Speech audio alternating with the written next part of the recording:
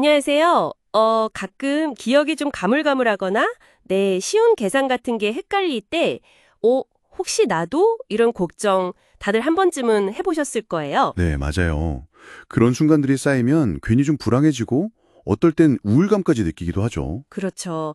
그래서 오늘은 여러분이 보내주신 글을 바탕으로 이 노화와 함께 오는 인지병화에 대한 두려움, 특히 그 치매에 대한 공포심에 대해 좀 깊이 들어가 보려고 합니다. 네, 오늘 살펴볼 자료는 단숨이 기억력 문제를 넘어서요. 치매가 가져올지도 모르는 나 자신을 잃어버린다는 것, 그 근본적인 공포를 다루고 있습니다. 나를 잃는다는 공포? 네, 그런데 동시에 아주 흥미로운 어떻게 보면 희망적인 관점을 제시하는데요. 바로 변화하는 현상 너머에 있는 진짜 나에 주목하자는 겁니다. 변하지 않는 나요? 흥미롭네요. 그럼 이번 시간에 이 글을 통해서 그 두려움의 실체가 뭔지 좀 알아보고 또 진짜 나는 과연 뭘까? 이걸 탐색하면서 불안감을 좀 덜고 삶의 활력을 찾을 방법을 같이 고민해 보면 좋겠습니다. 좋습니다. 그럼 먼저 이 글에서 말하는 가장 큰 두려움, 그 핵심이 뭔가요? 네, 그건 바로 정체성의 상실에 대한 두려움이에요. 단순히 뭘 잊어버리는 수준이 아니라 내가 사랑하는 사람들, 소중한 기억들, 이걸 다 잃고 결국엔 내가 누군지조차 모르게 될 수 있다는 그 가능성, 그게 가장 큰 공포로 다가온다는 거죠. 내가 평생 쌓아온 관계나 삶 자체가 그냥 사라져버리는 듯한 그런 느낌일 거예요. 듣기만 해도 정말 좀 막막하고 두려운데요. 그런데 이 글에서는 우리가 보통 나라고 생각하는 것들에 대해서 좀 다른 시각을 보여준다면서요. 아, 네. 아주 중요한 포인트입니다. 이 글은 나를요, 우리의 몸이나 감정 아니면 생각 같은 것과 똑같이 보지 말라고 해요. 몸이나 감정이 내가 아니다? 네. 뭐랄까, 그런 것들은 우리 아이가 자라거나 배우자가 나이 들듯이 끊임없이 변화하는 요소들이잖아요. 그렇죠. 어제의 나와 오늘의 내가 다르듯이요. 맞아요. 오늘의 기분이나 어제 했던 생각에 나라는 존재 자체를 가두지 말라는 그런 메시지죠. 그러면 몸도 변하고 감정도 생각도 다 변한다면 그 변하지 않는 나는 도대체 뭘까요? 어디에 있는 거죠? 바로 그 질문에 답하는 게 이 글의 진짜 핵심입니다. 자, 생각해 보세요. 10년 전의 나, 50년 전의 나, 기쁠 때의 나, 슬플 때의 나, 심지어 지금 이렇게 우리가 대화하면서 뭔가 생각하고 있다는 걸 알아차리고 있는 존재. 뭔가를 경험하고 있다는 걸 아는 그 자체요? 네, 바로 그거예요. 모든 경험들, 생각들, 감정들을 그저 조용히 알아차리고 지켜보는 어떤 의식 혹은 존재감, 그것 자체는 변하지 않는다는 거예요. 모든 변화하는 것들을 담는 배경이나 그릇 같은 거라고 할까요? 경험의 내용이 아니라 경험하고 있다는 그 암음, 그 자각 자체를 말씀하시는 거군요. 마치 폭풍우 속에서도 그 자리를 지키는 등대처럼요. 정확합니다. 아주 좋은 비유네요.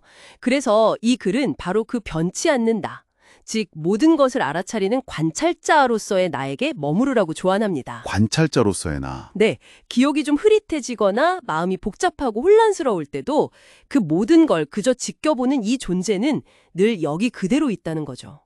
그러니까 거기서 어떤 안정감이나 평화를 찾을 수 있다는 희망을 주는 겁니다. 네, 그 관찰하는 나에 머무르는 게 심리적으로는 도움이 되겠다는 건 알겠어요.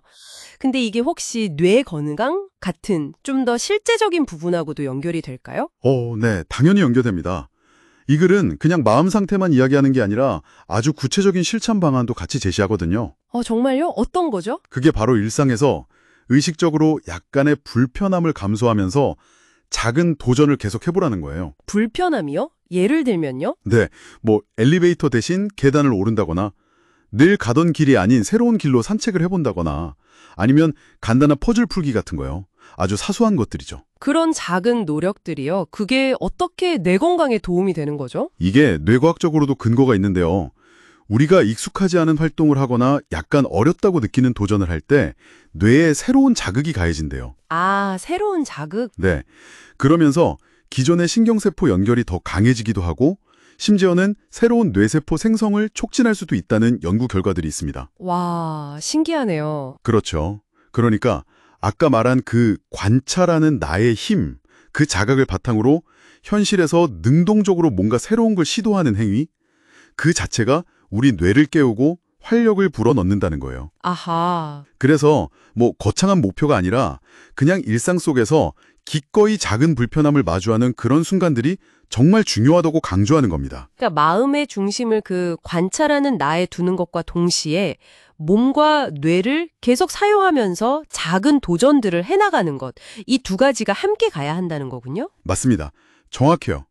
진정한 의미의 어떤 활력 회복은 그 두 가지, 즉 내면의 자갑과 외부적인 실천이 함께 갈 때 이루어진다고 보는 거죠. 네. 변치 않는 내면의 중심을 딱 자각하고 그 힘으로 일상의 작은 도전들을 꾸준히 이어갈 때 우리는 노화와 치매에 대한 막연한 두려움을 넘어서 지금 여기 이 순간의 삶을 더 충실하게 살아갈 힘을 얻게 된다는 그런 희망적인 메시지를 주는 글입니다. 오늘 살펴본 내용 정말 많은 생각을 하게 하네요.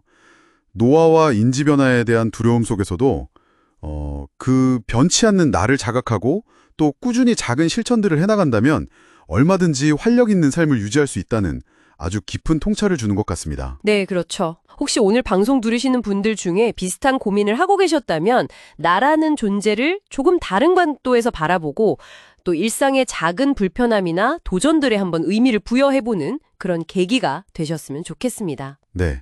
마지막으로 이런 질문을 한번 던져보고 싶어요.